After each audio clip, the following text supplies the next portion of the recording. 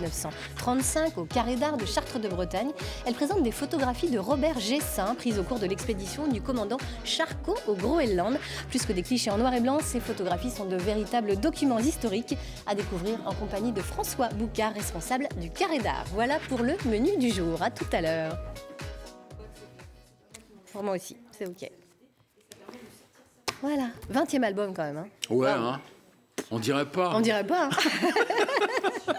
On dirait pas. Ah non. Eh ouais. Et ouais. Mais ça passe tellement vite. En ce Bah, moment, c'est c'est ça. hallucinant. Quoi. Ouais. Et vous êtes tous sauf blasés, c'est ça qui est beau. Ah, je suis pas du tout blasé. Ah ben non, mais justement, Encore tous plus sauf envie blasés. que quand j'étais très jeune. Ouais. Non, mais c'est vrai, je prends le même plaisir. Quoi. J'ai la même. La même ligne. Et La puis même je me prends envie, surtout pas au sérieux. Quoi. Je veux dire, je pense que la base du truc, c'est surtout que je me prends pas pour Nicolas Perrac. Donc déjà, vous ça prenez pas aide. Nicolas. Déjà, ça Bon, aide. c'est bien déjà. Déjà, ça aide beaucoup. Ça aide, c'est sûr. Et si vous commencez à vous prendre pour vous, là, c'est la c'est fin des haricots. C'est foutu.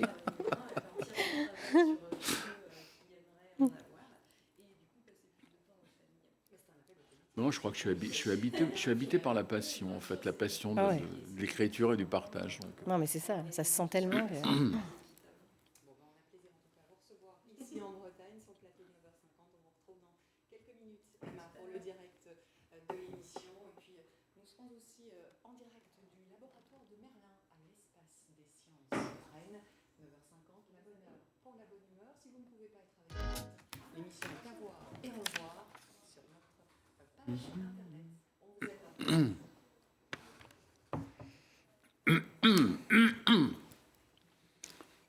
Pas facile de chanter à cette heure-là quand même. Hein. Merci Vanessa, à tout de suite.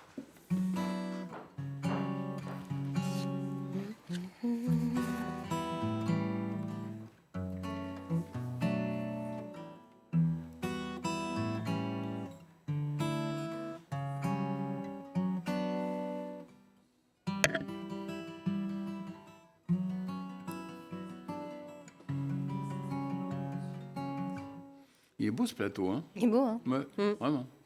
Il est très lumineux. Il est, Ouais, vraiment très très beau. Ouais. On est bien dedans, pour tout vous dire. Non, c'est vrai qu'il est chouette. Et puis les écrans là, permettent des possibilités d'illustration merveilleuses, quoi. C'est top. Ouais, il est très agréable.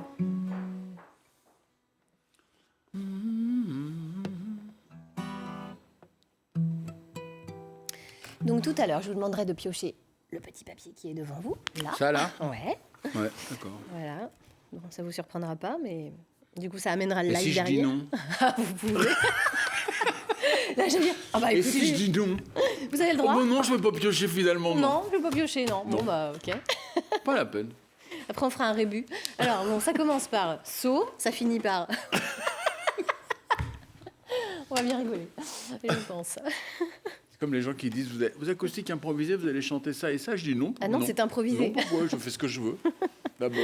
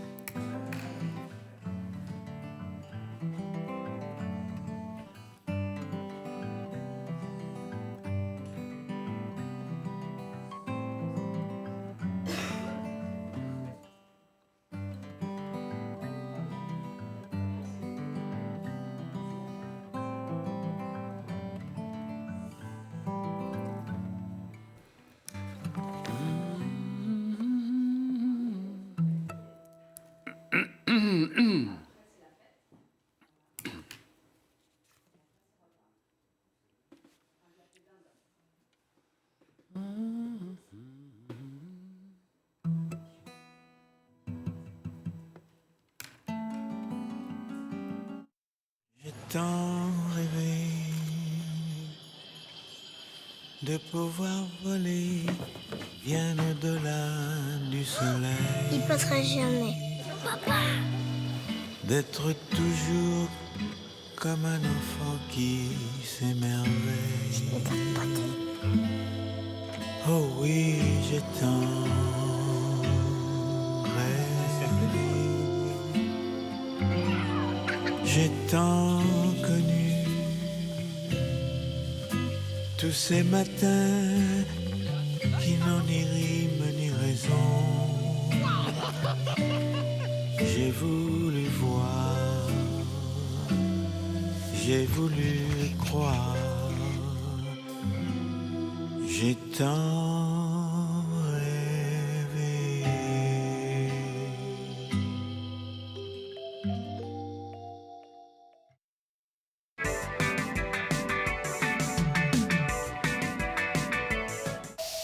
Ce programme sera diffusé en audio-description. Mardi sur France 3, votre nouvelle série policière avec 2 épisodes inédits à la suite. Vivant, tu vaux plus rien. Et morte, tu vas cartonner. 2 assassins, 2 crimes. Ce qui se passe dans la tête d'un assassin. Ouais, c'est difficile à comprendre. 2 enquêtes où vous seul connaissez le coupable. Ça sent l'accident ou le suicide. Pourquoi vous acharnez? Il y a les choses telles qu'elles sont Je vous dis que je l'ai pas vu tomber dans l'eau. et les choses telles qu'on les voit. Je vois pas du tout où vous voulez en venir. Avec 2 épisodes inédits, les crimes parfaits cachent toujours de fatales erreurs. Mardi dès 20h55 sur France 3.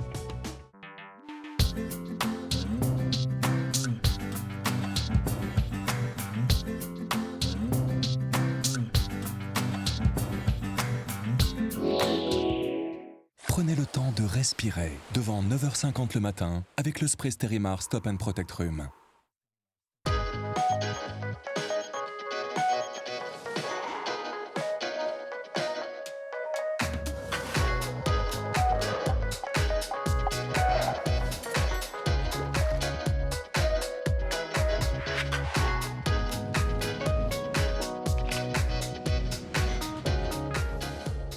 Bonjour à tous, bienvenue, c'est 9h50 le matin en Bretagne. Nous sommes ravis de passer cette petite heure en direct avec vous en ce dernier jour de la semaine. Alors notre invité, fil rouge, ce matin c'est le chanteur Nicolas Perrac, auteur, compositeur, interprète. Pas besoin de pédale wah-wah pour cet homme-là, d'ailleurs il a déjà sa guitare en main, il ne la quitte jamais, je pense qu'il dort avec. Infatigable, créatif, il sort son 20e album le 19 janvier prochain. Et figurez-vous qu'il nous en réserve la primeur avec une chance immense. Nous l'accueillons donc ce matin, il nous offrira un live en exclusivité dans quelques instants. Oser, il sait faire. Nous évoquerons bien entendu sa carrière riche et sa très grande complicité avec le public.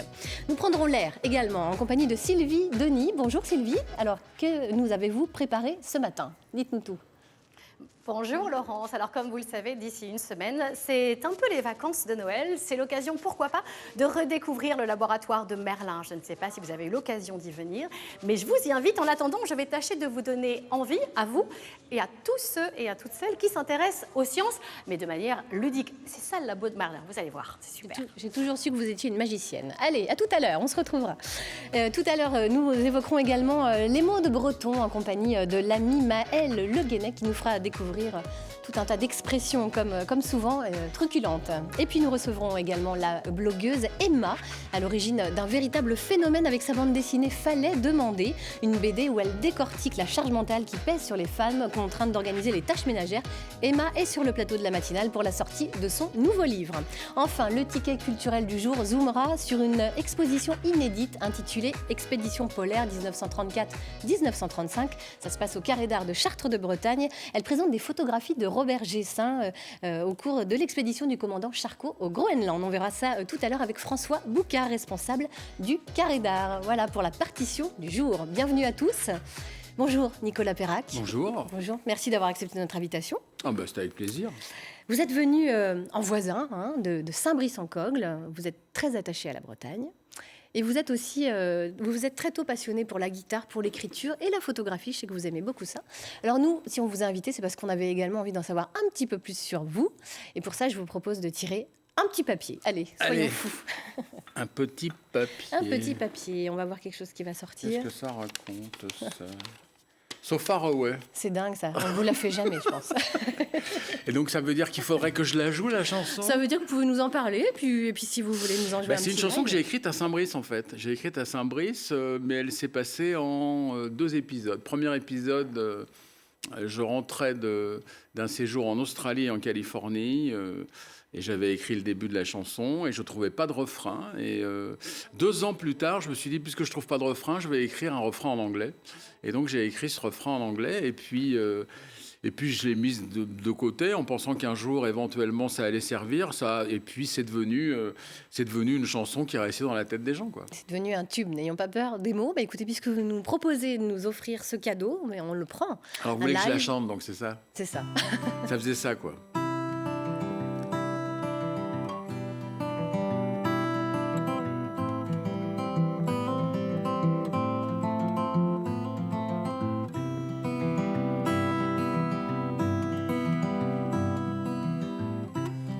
Quelques lueurs d'aéroport,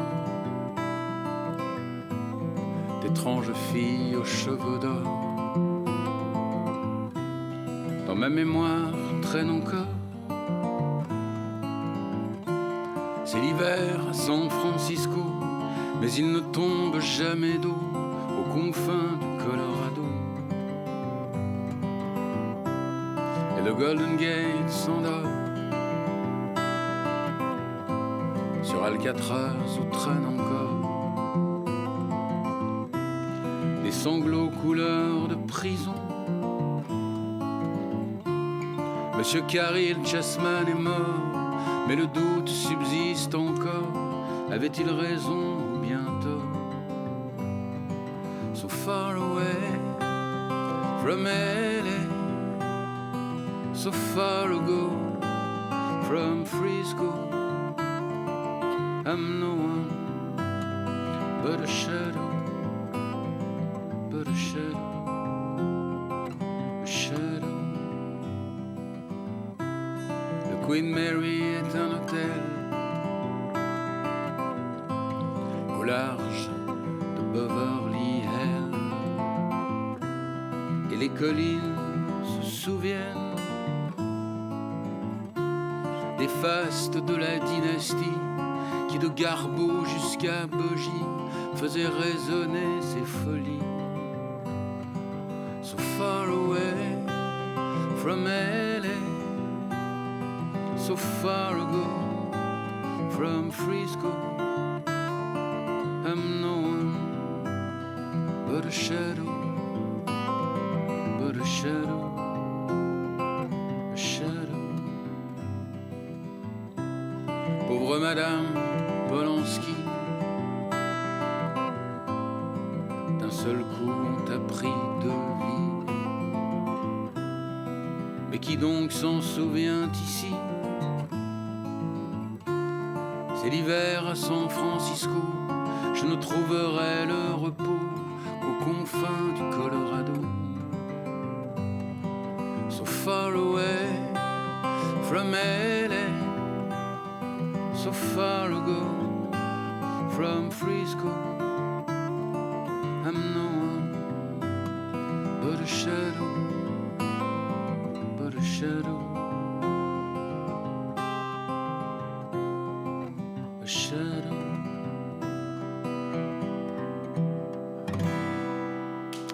Merci infiniment pour ce magnifique cadeau en live comme ça, de bon matin. C'est pas facile de chanter à cette heure-là.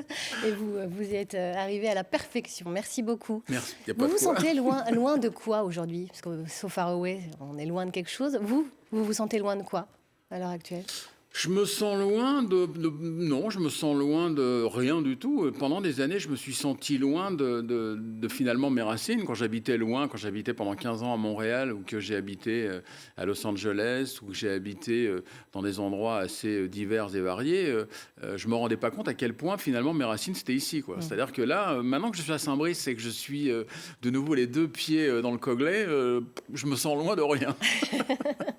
Vous êtes près de ce que vous êtes, de votre vérité finalement. Oui, je pense qu'on ne se rend pas compte qu'on a beau tourner, on a beau aller un peu partout, il y a un endroit précis qui est en connivence absolue avec vous, quoi. Donc moi, c'était la Bretagne, c'était le Coglais, c'était ici, quoi. C'était là et pas ailleurs. Voilà. Et non. Alors, un an après So Far Away, vous récidivez avec un autre tube, Et mon père. Et ben, c'est l'histoire de cette chanson que nous racontent tout de suite Gilles Lemorvan et Thierry Bouilly, et on en reparle juste après.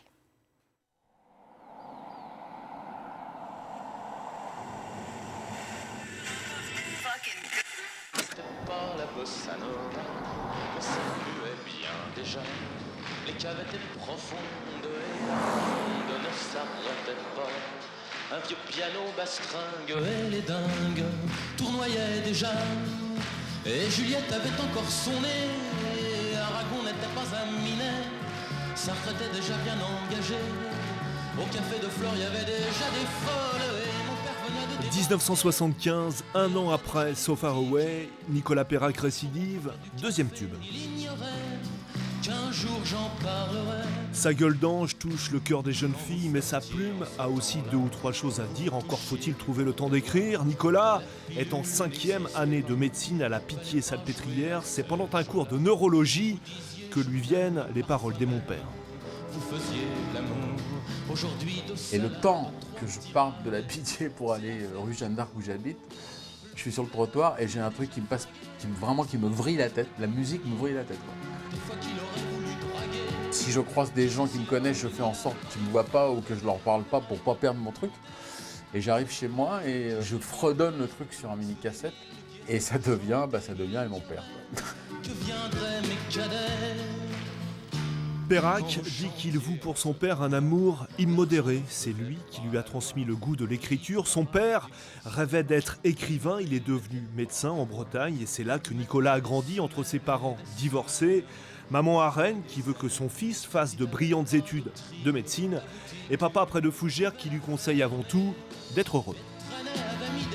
Il m'a toujours dit que c'est en risquant de rater ma vie à 20 ans que j'étais sûr de la réussir et il m'a donné toujours les moyens pour que j'aille au bout de mes envies, quoi. C'est-à-dire que c'est lui qui m'a payé un magnétophone pour que je puisse enregistrer des maquettes, des chansons, etc., etc. Donc forcément, je pense à mon père tout le temps. Le 45 tours deviendra disque d'or et Perrac arrêtera ses études de médecine. Chanteur à temps complet, plateau télé, tournée, etc. Un monde dans lequel le jeune homme a un petit peu de mal à trouver sa place. Il suffit d'écouter son texte pour s'en convaincre. Quand vous chantiez en ce temps-là, l'argent ne faisait pas la loi. Les hit-parades n'existaient pas. En ce milieu des années 70, l'époque est au papier glacé, aux paillettes, au chanteur à minette. Et Perrac, qui a lu Kipling, veut juste rester digne en étant populaire.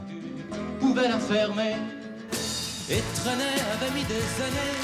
Brassens commençait à emballer et Déco ajoutait son clavier. Monsieur Brel ne parlait pas encore des folles. Il y a la force de l'image, il y a la force de la télé.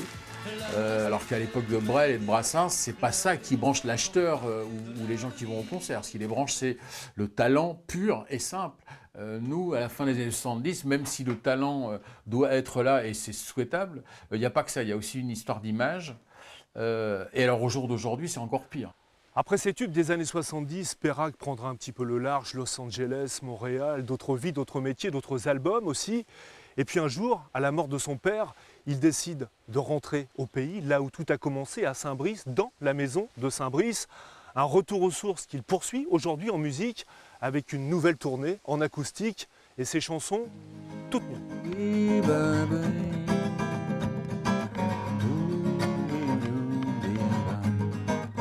Je crois que les chansons n'ont pas d'époque. C'est-à-dire une bonne chanson ou une chanson intéressante ou une chanson sympa, vous prenez Le Temps des Cerises, vous prenez Je l'aime à mourir, vous prenez, je sais pas, n'importe quelle chanson du patrimoine qu'on aime bien.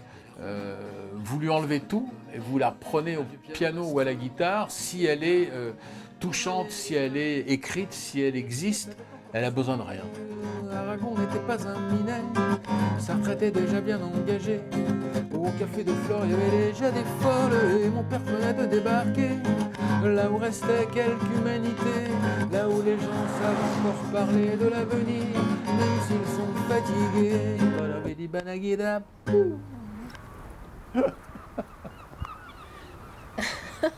C'est bien ce que je dis, vous la lâchez jamais votre guitare, vous êtes tout le temps avec. Mais c'est pas que je la lâche jamais. Il se passe un truc bizarre avec cette guitare, c'est que finalement, c'est une guitare que j'ai achetée après la disparition de mon père. Et c'est vrai que j'avais envie, avec les sous de l'héritage, avec une partie des sous, d'avoir quelque chose qui n'était pas un truc de frime. Et donc, j'ai décidé d'acheter une guitare. Et j'ai fait le tour des magasins de Montréal et je suis tombé sur cette guitare-là. Et c'est vrai que depuis que je l'ai, dès que je pose les doigts dessus, il se passe quelque chose. C'est-à-dire que je fais des musiques tous les jours quasiment avec. Et c'est celle-là que j'ai décidé de prendre pour les acoustiques improvisées. Et je sais pas, elle a quelque chose de spécial. Elle est vraiment en vibration avec moi. Vous allez nous dire que c'est elle qui écrit les chansons presque. Vous êtes habité par la passion de l'écriture, on sent ça. Vous êtes tout sauf blasé après. Pourtant 20 albums, on pourrait être blasé franchement.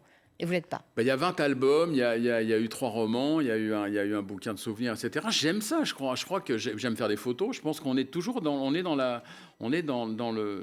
c'est les poupées gigognes, c'est-à-dire que c'est de l'écriture qui peut être littéraire, qui peut être musicale, qui peut être demain cinématographique, photographique. J'aime ça, quoi. D'abord, j'aime les gens, j'aime partager les émotions avec les gens, et puis j'aime aussi faire des choses, quoi. J'aime ça. C'est vrai que j'aime bien ne rien faire aussi. J'adore regarder des films, j'aime bien jouer sur des tablettes ou des choses comme ça, mais j'adore créer. J'adore emprisonner une émotion d'une certaine façon. Donc, arrivé à 20 albums, on ne se rend pas compte, quoi. Je veux dire, le temps a passé, c'est vrai, mais la passion est la même. Et je pense même, je le disais hors antenne tout à l'heure, que j'ai encore plus envie qu'à l'époque où j'ai commencé. Donc. C'est ça qu'il faut. Mais vous restez avec nous, passionné comme vous êtes. Non, vous n'allez pas partir. Vous qui avez une formation scientifique, Nicolas Perrac, la séquence qui suit devrait vous parler. On va retrouver tout de suite Sylvie Denis en direct du laboratoire de Merlin. Sylvie, dites-nous tout. Exactement, Laurence, et vous avez raison, parce qu'effectivement, lorsqu'on parle du laboratoire de Merlin, qui fait partie de l'Espace des Sciences, qui a été élaboré par l'Espace des Sciences et qui est dans les Champs Libres à Rennes, on pense aux tout petits. Mais non, les sciences et le labo de Merlin, ça s'adresse effectivement à toute la famille, et aux grands comme aux petits. Alors, aujourd'hui, j'ai choisi de venir ici parce que c'est vrai que dans une semaine, c'est un peu les vacances de Noël, et pendant les vacances, on prend souvent un peu plus le temps. Pourquoi pas, justement, redécouvrir le laboratoire de Merlin. Il existe depuis 10 ans. Il a quand même attiré 400 000 visiteurs en 10 ans. C'est pas mal, hein. Et depuis juin 2016, eh bien, tout a été réinventé. Cécile a fait partie de l'aventure depuis le début. Bonjour Cécile. Tout à fait, bonjour. Et vous avez été aussi de celles qui ont réimaginé, réinventé le labo en juin. Oui, c'est ça, c'était à l'été 2016. Comme si les sciences finalement évoluaient aussi. Tout à fait. En fait, déjà, ça faisait 10 ans qu'on avait lancé un laboratoire. Donc, le laboratoire de Merlin, pour nous, ici, c'était une salle exploratoire. C'était vraiment l'idée. C'était d'avoir une salle où on pouvait découvrir la science. On est un centre de culture scientifique avant tout. Donc, c'est d'amener notre public à venir découvrir des manipulations scientifiques et de voir la science dans le quotidien. Et donc, ce nouveau laboratoire-là qu'on a ouvert en 2016, on avait envie de le rafraîchir et on s'est dit, bon, on ne va pas juste changer quelques manipulations. On va faire la peinture. Voilà, on va tout refaire. On va faire un peu mieux. On va tout refaire. Ce qui est génial quand on arrive ici, c'est qu'à peine la porte passée, il y a des trucs partout. Tout est une animation, tout est une expérience. C'est ça. En fait, il y a dans la salle une trentaine de manipulations.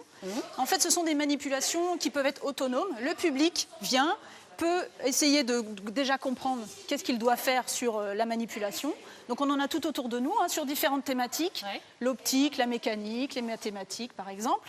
Et puis l'idée c'est que ils essayent quelque chose, ils se mettent dans la démarche scientifique, donc ils se posent des questions et nous on amène des réponses, soit via une petite consigne qu'on verra tout à l'heure, soit avec un animateur. Je vais leur faire une expérience. Voilà. Donc on va pouvoir aller. On va jeter notre dévolu sur celle-ci parce qu'elle est vraiment top. Alors, donc vous pouvez vous asseoir sur le siège. Voilà, moi je vais faire la même chose. Et en fait, quand on s'assoit, on déclenche une lumière donc sur le projecteur qui est juste au-dessus de vous. Cette lumière, vous allez pouvoir la capter avec le miroir qui est devant vous. Et avec le miroir, vous allez pouvoir orienter la lumière vers un de ces avions qui se trouve au-dessus de nous. Donc en fait, par exemple celui-ci, je peux vous aider un peu peut-être. Aidez-moi Cécile. Voilà. Hein. Alors le principe, le principe là, je pense que même un enfant l'aurait si ce n'est expliqué, en tout cas trouvé. C'est ça. C'est l'énergie solaire. Hein. C'est ça. En fait, là, c'est le soleil. Sous chaque avion, vous avez des cellules photovoltaïques qui vont capter la lumière et la transformer en énergie pour faire tourner les hélices qui elles-mêmes vont faire avancer l'avion. Donc moi, en fait, alors j'ai perdu le mien, je vais récupérer celui-ci. Hop, je récupère un autre. Et donc, quand on est à plusieurs dessus, on peut faire tourner chacun de ces avions. Alors la petite anecdote, c'est que des fois l'été, quand il y a trop de soleil, Ça tourne tout seul. Il tourne tout seul, voilà, tout à fait. L'idée qu'il y avait aussi derrière tout ça, c'est de se dire, les sciences, c'est parfois un mot, c'est un mot qui fait... C'est un gros mot. Voilà, je sais pas, mais c'est un mot qui peut faire un peu peur. Je ne sais pas si Nicolas Perrac sera tout à fait d'accord avec nous. Il a quand même fait 5 ans d'études de médecine. Hein, alors faisons attention à ce que l'on dit. Mais ça fait quand même un peu peur. La preuve d'ailleurs, c'est qu'il a lâché. Hein, il a lâché médecine. Hein. Mais ici, l'envie, c'est aussi de se dire, on peut faire des sciences. Il est toujours avec vous sur le plateau, il n'est pas parti. Toujours. Mais l'idée, c'est vrai, c'est de se dire, on peut parler de science, et les sciences, ça peut être fun et ça peut être ludique. C'est ce que vous essayez de faire ici au quotidien. En fait, les sciences, on en a on va bouger un dans peu par notre là. quotidien. Là, par exemple, une des utilisations de ces cellules photovoltaïques, c'est évidemment au sujet des énergies renouvelables. Par exemple, sur celui-ci, un avion qui avait été construit qui s'appelait le Solar Impulse. Voilà. Le but du jeu, c'était de faire un tour du monde, en tout cas un maximum de kilomètres, avec juste de l'énergie captée avec la lumière du soleil. Alors il nous reste un tout petit peu de temps et j'avais envie qu'on regarde celle-ci parce qu'elle me fait vraiment beaucoup rire. On dit toujours qu'on a le nez froid. Là, on est face à une caméra thermique quand on regarde. Alors, toutes les parties rouges, c'est là où on dégage de la chaleur. Alors, en fait, il y a une échelle de couleurs. Plus c'est bleu, plus c'est froid. Ouais. Et regardez, et plus c'est jaune. Froid au nez. Voilà. C'est ça. Et plus c'est jaune, plus c'est chaud. Alors, typiquement, on voit bien votre nez, les extrémités sont plus froides. Vous avez également vos cheveux qui sont froids. Ouais. Et on voit vos collègues derrière. On voit bien, en fait... La caméra est froide. Vous voyez, la caméra est froide. Voilà. On voyait aussi les lunettes de votre collègue. Les lunettes ne renvoient pas ce rayonnement. Parce qu'en fait, la caméra thermique, elle va filmer, mais elle va surtout capter les rayonnements infrarouges que votre corps émet. En fait, on émet des ondes de chaleur et c'est ça que la caméra va capter. Bon, vous savez quoi? On se met un cache-nez pour se réchauffer le nez, on va se boire un petit café et on se retrouve dans une dizaine de minutes pour continuer l'exploration. Merci Sylvie. On imaginait s'il y avait la même expérience en plateau, ce serait marrant, on serait tout bleu, tout rouge. Enfin, voilà. Avec le nez rouge, là, c'est... Ça va avec tout. Hein. Oui, ça va avec tout. La vulgarisation scientifique, c'est quelque chose que vous trouvez importante? Oui, parce que c'est vrai que les sciences, ça fait peur a priori, mais je ne suis pas certain que ça soit si effrayant que ça. C'est au contraire une façon d'apprivoiser... Quand on se voit tout bleu, tout rouge, comme ça, c'est un peu effrayant. Non, mais c'est une façon d'apprivoiser le progrès. L'histoire des avions éclairés par la lumière du soleil, c'est intéressant, parce que ça montre vraiment en pratique des choses auxquelles on n'a pas forcément pensé. Donc, non, je trouve ça bien, moi, la vulgarisation, au contraire. Alors, on va changer d'univers maintenant. Là, vous étiez dans votre élément sur les sciences. Est-ce que vous êtes dans votre élément au niveau des tâches ménagères aussi? Je suis un peu dans mon élément au niveau des tâches ménagères. C'est-à-dire que je fais surtout beaucoup les courses, je passe l'aspirateur, etc. Mais le reste, je reconnais que c'est ma fiancée qui est très, très concernée. Vous savez, c'est une espèce d'évidence, quoi. Il faut quand même rendre à César ce qui est à César. Quand je pense à tout ce qui doit traverser la tête d'une femme dans la journée pour penser à toutes les choses qu'il y a à faire, c'est un vrai... voilà, c'est une évidence. Bon, on va voir ce qu'en pense Emma tout de suite. Elle est blogueuse et elle a sorti une bande dessinée justement autour de cette charge mentale. Fallait demander, ça s'appelle comme ça et ça a été un véritable succès. Elle vient nous en parler tout de suite.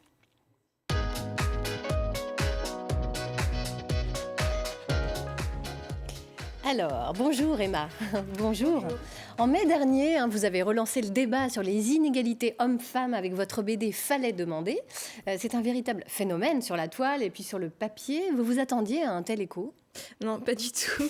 Je sais qu'en général, ces sujets qui touchent au quotidien des femmes, ils marchent bien. Mais là, effectivement, quand j'ai posté la BD sur mon blog, je suis allée me coucher. Le lendemain matin, il y avait 30 000 partages. Il y avait des femmes qui taguaient leurs compagnons en disant « Lis ça, il faut que tu regardes, tu vas comprendre ». Ça va t'apprendre la vie. J'étais un peu dépassée. Un peu dépassée, on imagine bien, des chiffres colossaux. Un article sur l'Express.fr a été lu 1 800 000 fois. C'est le record depuis la création du site. C'est quand même incroyable. C'est dire si le sujet que vous pointez du doigt, finalement, a touché de nombreuses femmes. Alors, qu'est-ce que c'est exactement cette charge mentale? Dites-nous tout. La charge mentale, en fait, c'est tout ce qui concerne les tâches ménagères, mais pas l'exécution des tâches ménagères, qui est un petit peu un effort ponctuel, mais la planification. Donc, en fait, c'est toutes les choses auxquelles on a pensé pour que le foyer tourne bien. Donc, il faut anticiper, il faut savoir ce qu'il y a à faire, quand il faut le faire, qui va s'en charger. C'est un vrai travail de chef de projet, donc un travail quasiment à plein temps et qu'on fait pourtant un petit peu sur le temps qui nous reste. Ça vient d'où, selon vous, ça? C'est la société qui nous a conditionnés? Qu'est-ce que c'est ? Il faut rendre à César ce qui est à César, comme dirait Nicolas Perrin. Non, mais c'est vrai, mais elle a complètement raison. On peut pas une seconde penser qu'elle a tort, parce que c'est tellement évident, quoi. La charge qu'elles ont dans la tête par rapport à tout ce qu'il y a à planifier, c'est une horreur, quoi.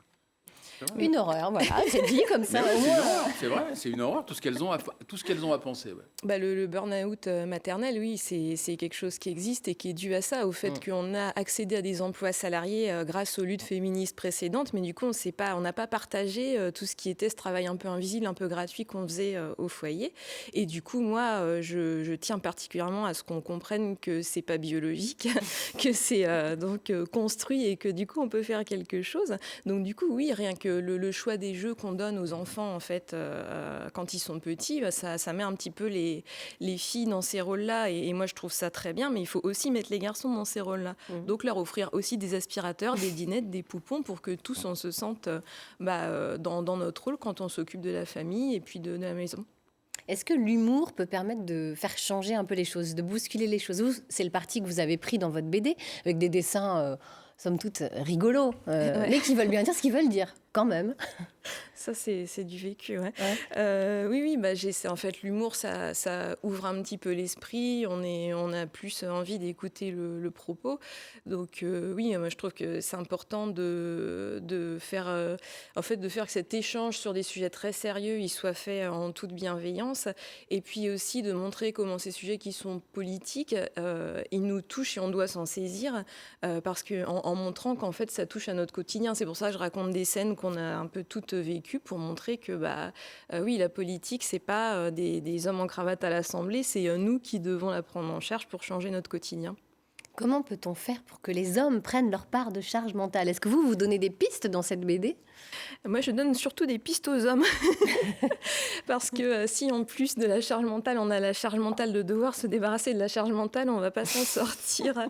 Il y a beaucoup d'hommes qui m'ont contacté après que j'ai fait la BD pour me demander justement, me remercier déjà parce qu'ils n'avaient pas conscience de cette charge qui était invisible et me demander comment ils pouvaient faire.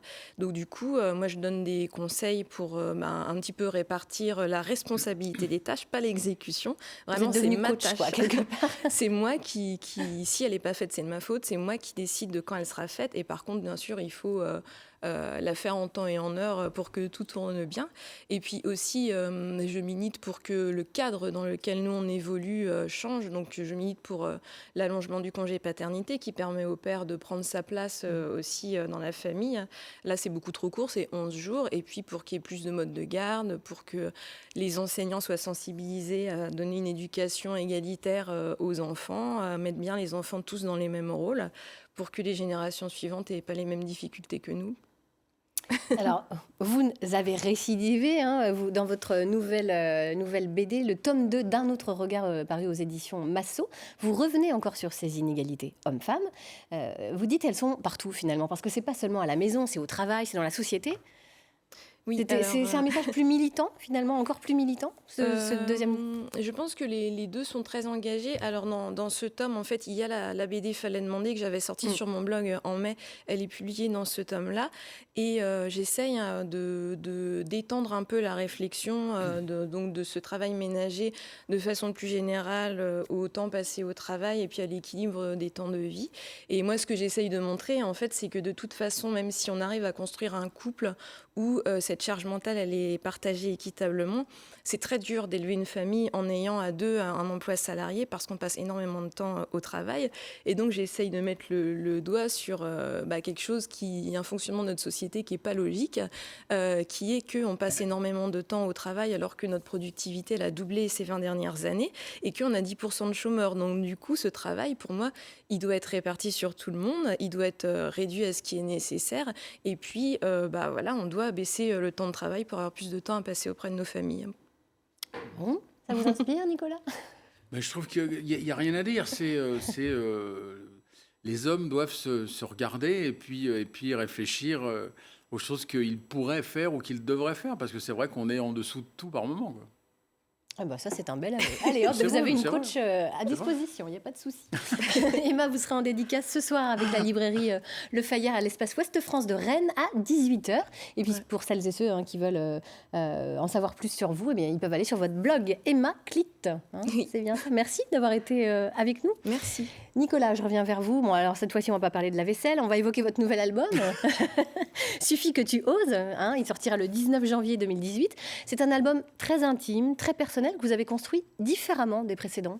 C'est un album qui a été écrit sur beaucoup d'années, parce que je pense que j'ai commencé à l'écrire vers 2009-2010, peut-être même 2008, je ne sais plus. Et je voulais surtout pas qu'il soit comme les autres albums, c'est-à-dire un album de plus. Et donc, j'ai eu la chance de rencontrer quelqu'un qui s'appelle Yves Jaget, qui était... et qui est toujours un ingénieur du son, un arrangeur et un producteur formidable, qui a travaillé avec Sting, qui a enregistré l'album de Sting qui s'appelle Soul Cages, moyennant quoi il a bossé avec Pink Floyd après, et puis avec Zappa, et puis c'est quelqu'un qui a travaillé avec Zazie depuis le début, avec William Scheller, quelqu'un qui venait pas de mon univers, et qui a bien accroché sur mes chansons, et qui a eu envie de prendre mes chansons et de les amener peut-être ailleurs. Donc, je lui ai confié toutes les chansons, tout ce que j'avais fait à la maison pendant des années. Je lui ai donné comme ça, comme un espèce de paquet cadeau, et je lui ai dit, bah écoute, tu fais tout, je ne m'en mêle pas. C'est la première fois que ça vous arrive, de lâcher le bébé comme ça. Ouais, mais c'était la première fois de ma vie que je faisais ça. J'avais jamais fait. Avant, j'étais toujours en studio, sur le dos des gens, en disant je veux ci, je veux ça.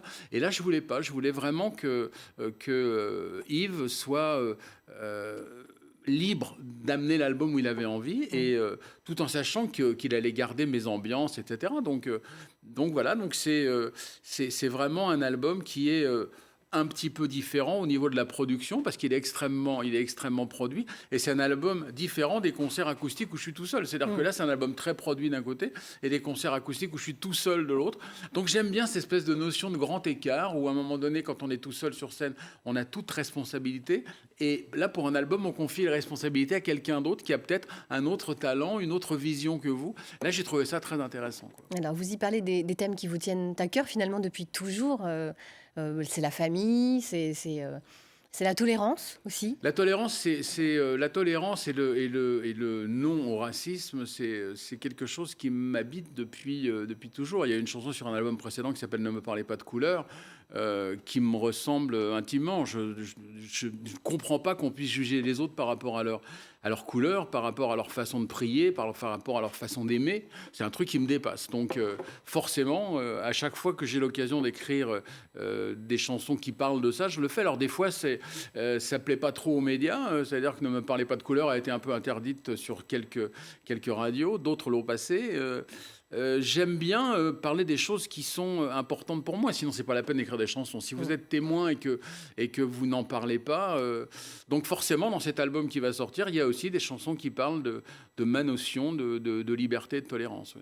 Alors vous avez décidé de nous offrir justement en exclusivité le titre de cet album, Suffit que tu oses. Eh bien, écoutez, merci. C'est sans garantie. C'est une acoustique Allez, improvisée. Sans filet, c'est parti.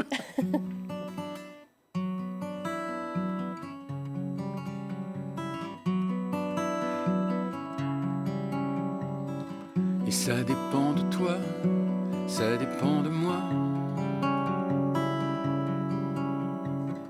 de ces envies qu'on a d'échanger ou pas,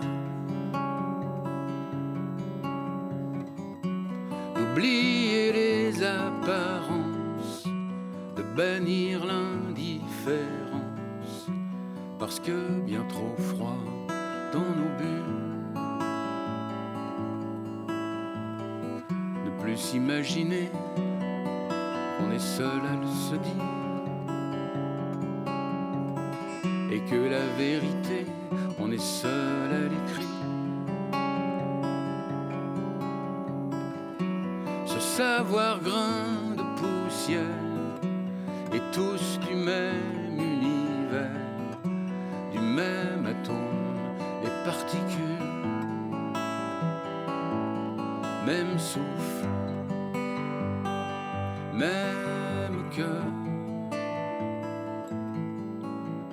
Suffit que tu oses, que tu donnes, pour que change la noirceur des choses et qu'on se découvre enfin.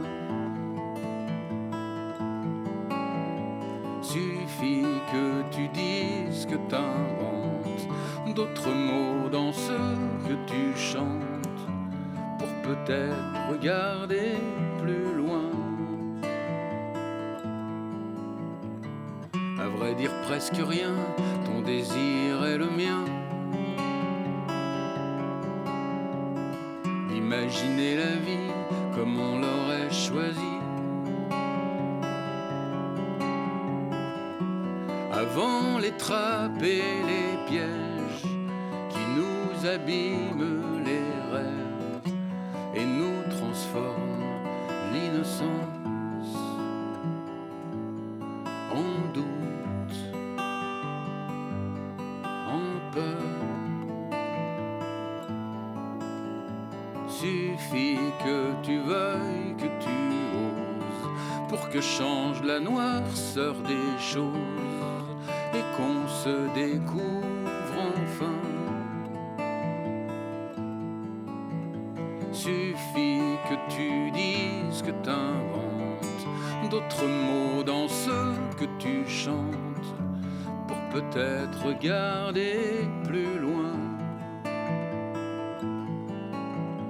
Suffit que tu veuilles, que tu oses dire non à ceux qui préfèrent qu'on exclut, qu'on méprise,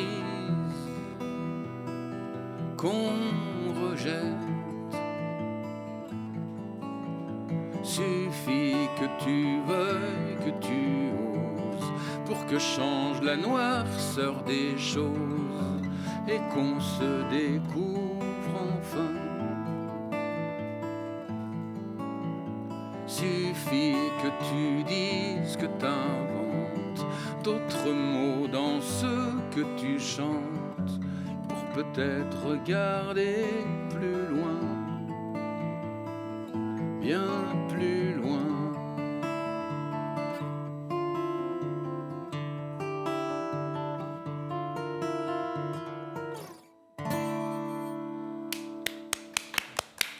Merci beaucoup Nicolas Perrac. Suffit que tu oses, nouvel album qui sortira donc le 19 janvier prochain. Qu'est-ce que vous aimeriez, vous, oser faire ou dire que vous n'avez pas encore osé, peut-être? Bonne question. Je vous remercie de me l'avoir posée. Allez, vous avez Qu'est-ce que j'oserais? Qu'est-ce que je... Pas grand-chose finalement, parce que j'ai arrêté ma médecine en 5e année pour faire ce que je fais, donc il fallait déjà oser. Un jour, j'ai décidé que j'en avais marre de ma vie telle qu'elle était en France. J'ai pris mes sacs, je suis parti 15 ans à Montréal, donc c'est des choses que j'ai osé faire. Vous avez osé beaucoup de choses finalement. Je pense que non, je pense que... Bon, je pense qu'au quotidien, il y a peut-être des choses que j'ose pas faire et qu'il faudrait que j'essaye de faire, mais j'y pense pas là. Mais les grandes lignes de vie, je crois que j'ai osé affronter certains démons de face pour avancer, quoi. Si je me regarde, je pense que je suis plutôt quelqu'un qui a osé que quelqu'un qui n'a pas osé, quoi. Ouais. Vous avez osé être heureux aussi. Vous n'avez jamais été aussi heureux sur scène, c'est ce que vous dites?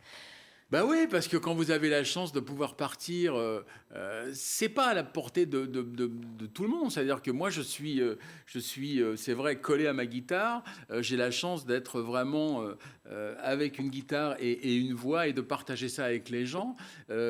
C'est du bonheur, mais B majuscule. C'est-à-dire que... Il y a une vraie communion dans vos concerts avec le public. C'est comme si vous étiez dans le salon des gens. C'est ça, vous leur parlez énormément, vous racontez les histoires des chansons. Je raconte le pourquoi, le comment. Il y a des gens qui m'interrompent, qui me disent vous pourriez pas me chanter ça, alors j'essaye, je tâtonne, si c'était pas prévu de chanter une chanson, j'essaye de la chanter quand même.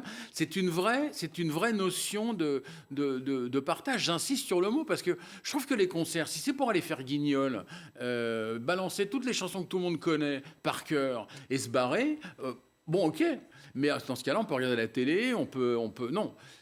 L'intérêt d'un concert, c'est d'être là, d'être avec les gens et de partager vraiment les émotions. Et je peux le faire depuis que je suis tout seul avec la gratte, quoi. Voilà, et ben vous serez justement tout seul avec la gratte ce soir au Zéphyr à Château-Giron à partir de 20h30 pour ces acoustiques improvisées. Je crois qu'il reste quelques places, mais ça va se battre pour venir vous voir et partager ces moments de communion justement avec vous.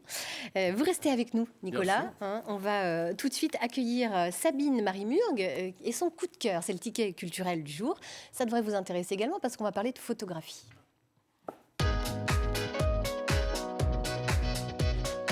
Bonjour Sabine, bonjour François.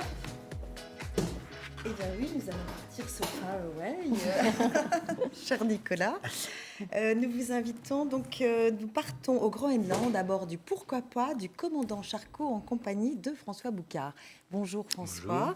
Vous êtes chargé de communication et de médiateur du Carré d'Art, lieu d'exposition de Rennes Métropole, dédié uniquement à la photographie, exclusivement à la photo.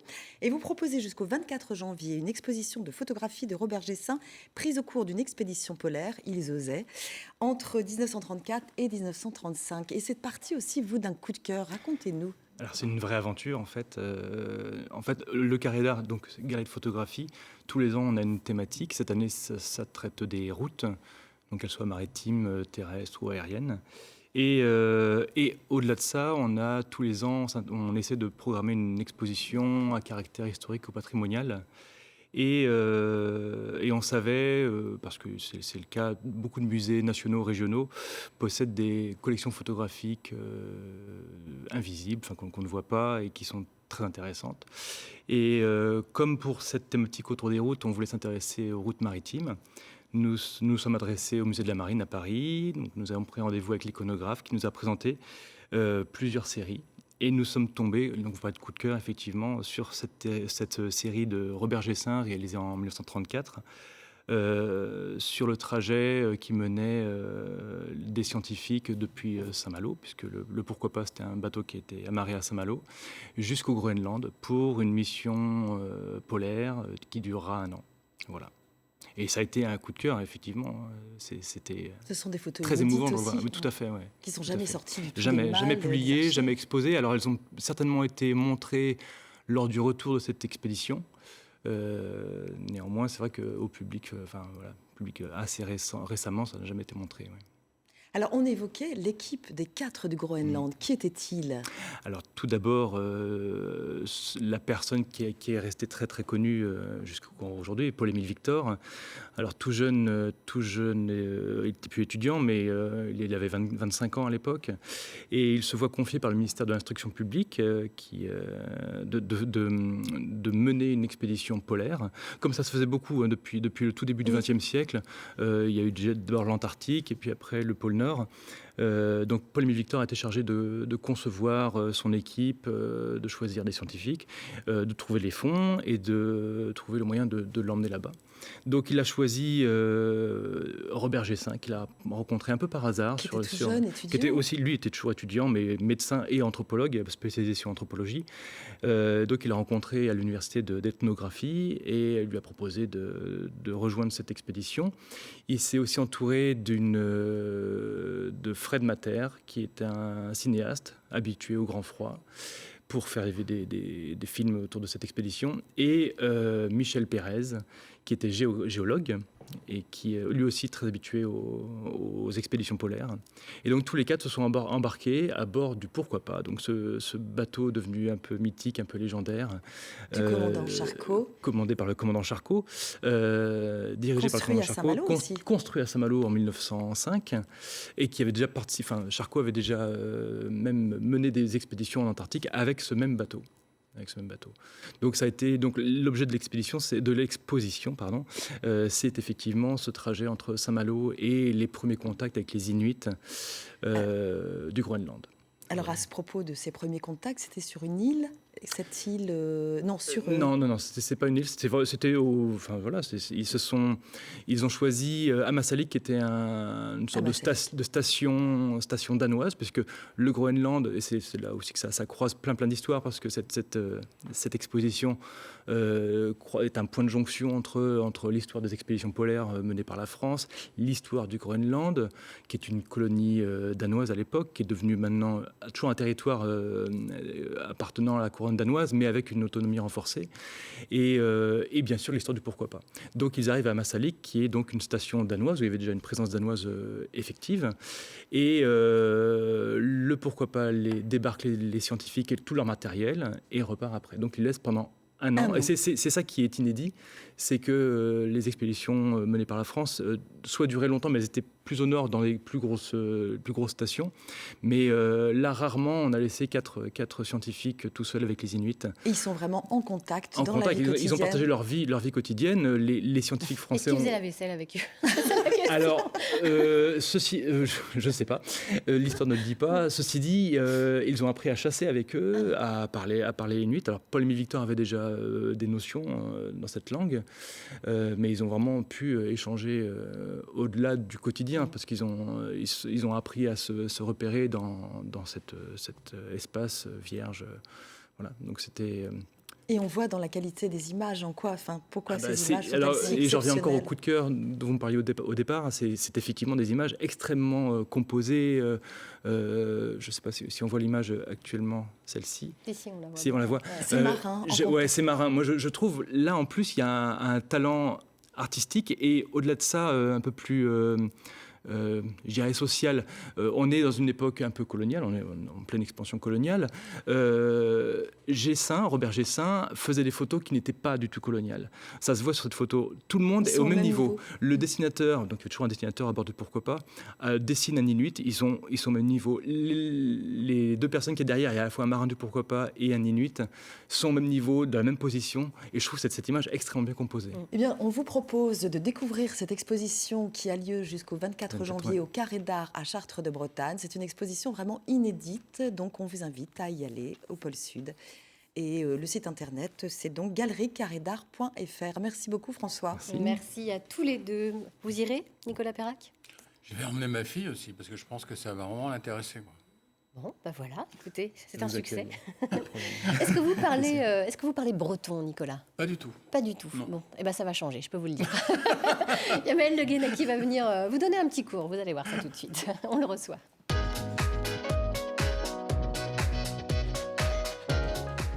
Bonjour Maël. Bonjour. Bon, ça va changer, franchement. Il va apprendre des mots, Nicolas. Mais oui, on va apprendre des mots. Et même si on a le temps, on va peut-être chanter. C'est pas gagné, je fais des annonces comme ça, je suis même pas sûr de pouvoir les tenir.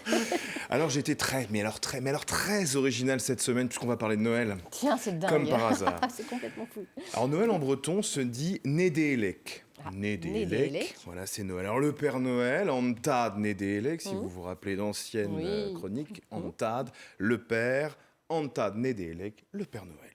Alors comment dit-on Joyeux Noël? Il y a Nédéélek dedans, je vous rassure. Nédéélek Lawen. Lawen qui veut dire joyeux. Comme j'aime bien vous parler du gallois, parce que ça me fait marrer, en gallois, on dit Nadolik Lawen. Donc on n'est pas loin, c'est à peu près les mêmes mots, juste avec des sons bizarres qu'on ne comprend pas tout le temps. Alors une fête, les fêtes, c'est Gwel, Gweliou, pour les fêtes, au sens un peu plus religieux du terme, puisque la fête se dit aussi fest, comme dans festnoz.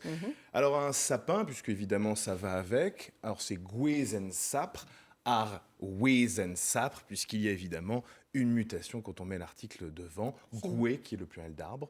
Donc voilà, l'arbre, sapin, sapre. Guirlande, puisqu'il faut bien le décorer, notre petit sapin tout tristoun. Garlantes. Garlantes, ça peut être un singulier, ça peut être un pluriel. Garlantesen, vraiment quand on veut insister sur le singulier. Garlantesiou, quand on veut insister sur le pluriel. Et les illuminations, je vous ai mis deux mots, là on n'en a qu'un, mais je vais vous en donner un deuxième. On peut dire goulawadur, qui vient de goulou, qui veut dire lumière. Ou on peut dire sclérigenadur, qui vient de sclérigène, qui veut dire aussi lumière, ce qui provient qu'on a souvent deux racines dans les mots en breton, goulou, sclérigène, plutôt du latin d'un côté, plutôt des langues celtiques de l'autre. Alors à Noël, on mange évidemment un repas de Noël, près de Nédéélek. Alors qu'est-ce qu'on y mange? On y mange peut-être de la dinde parfois. La dinde qui se dit en breton Yar Indes. Yar Indes. Alors Yar, Yar, c'est la poule ou le poulet. Et du coup, Indes qui vient d'Inde, donc Yar Indes. La bûche de Noël, quand on a encore un peu de place. Kef Nedelek. Nedelek, vous le retrouvez, voilà, c'est Noël. Kef, la bûche, tout simplement. Et puis parfois, évidemment, on a des cadeaux. Profou. Heure prof. Profou. Bon. Profou, d'accord. Très bien. Voilà. Est-ce que vous avez une petite expression? Oula. Une seule. Une seule parce qu'on est un petit peu courant. Danedelek et astenandeis pas a hefelek, dandeis kentambla pas a roise, da wela rouanet pas a lué. On répète après moi? Non, je rigole. À Noël, le jour s'allonge du pas de Bécasse au premier de l'an, du pas du noix au roi d'un pas de veau. Oh, c'est joli. Bon rapport. Respect, hein. Moi, je dis respect. Là, franchement. Ça vous inspire, Nicolas Perrac? Le breton, vous n'avez jamais été tenté de l'apprendre? C'est que je me rends compte à quel point je ne vais pas être capable de parler cette langue avant un certain temps. C'est plus facile que le français. C'est beaucoup moins compliqué. Ah oui, c'est en termes de grammaire, oui, c'est beaucoup plus simple. Je ne suis pas sûr. C'est lui qui le dit. Mais bon, mais il saura vous convaincre, vous verrez ça. Allez, je vous propose de rejoindre tout de suite Sylvie Denis en direct du laboratoire de Merlin. Sylvie, en breton Absolument. ou pas? Alors, non, pas en breton. Alors, on va le faire en français, parce que déjà, on va parler de science, c'est pas aisé. Peut-être vous faites partie de celles et ceux qui s'endormaient pendant les cours de sciences nat quand on était au lycée. C'est arrivé. Et ben, le laboratoire de Merlin va complètement inverser cette tendance, parce que l'idée, c'est effectivement de jouer, de s'amuser. On l'a vu tout à l'heure dans l'espace des animations. C'est ludique et on peut faire soi-même. Là, on est dans un autre espace avec Amélie, qui est médiatrice. Là, on observe. On fait avec, mais plutôt avec les yeux. C'est Amélie qui fait tout le boulot, là. Exactement. Enfin, les enfants font quand même leur part du travail. Enfin, les familles, ils sont là. C'est eux qui réfléchissent, c'est eux qui posent les hypothèses, les questions. Tout ça, c'est eux qui les posent. Et nous, on essaye d'y répondre avec plein d'expériences. Et l'expérience du moment, en tout cas la thématique, c'est l'invisibilité. Comment est-ce qu'on peut parler de l'invisible en faisant des trucs? Alors justement, c'est large, l'invisible. On va parler de tout ce qui est tout petit, des animaux qui se camouflent. On va révéler des empreintes digitales. On parle de l'air, de la lumière, de la transparence. En une demi-heure, c'est un bon programme déjà. Et sur la paillasse, alors comment on montre l'invisible? Par exemple, on a ici une expérience justement sur la lumière, la déviation de la lumière, puisqu'ici on a des perles d'eau. C'est de l'eau gélatineuse qu'on peut acheter en animalerie. Et ici, on a de l'eau du robinet. Et les deux dévient la lumière, c'est pour ça qu'on les voit, mais ils dévient la lumière exactement de la même manière. Ça veut dire que si je mets mes perles d'eau dans l'eau, elles devraient devenir invisibles. Et elles deviennent invisibles. Et elles deviennent invisibles. Et même mieux que ça, c'est qu'à l'intérieur, j'en avais caché quelques-unes. En fait, médiatrice et magicienne un peu. Ouais. J'ai entendu une super phrase qui disait la science, c'est comme la magie, mais sans les mensonges. Vous l'avez entendu ici? Non. J'aurais adoré.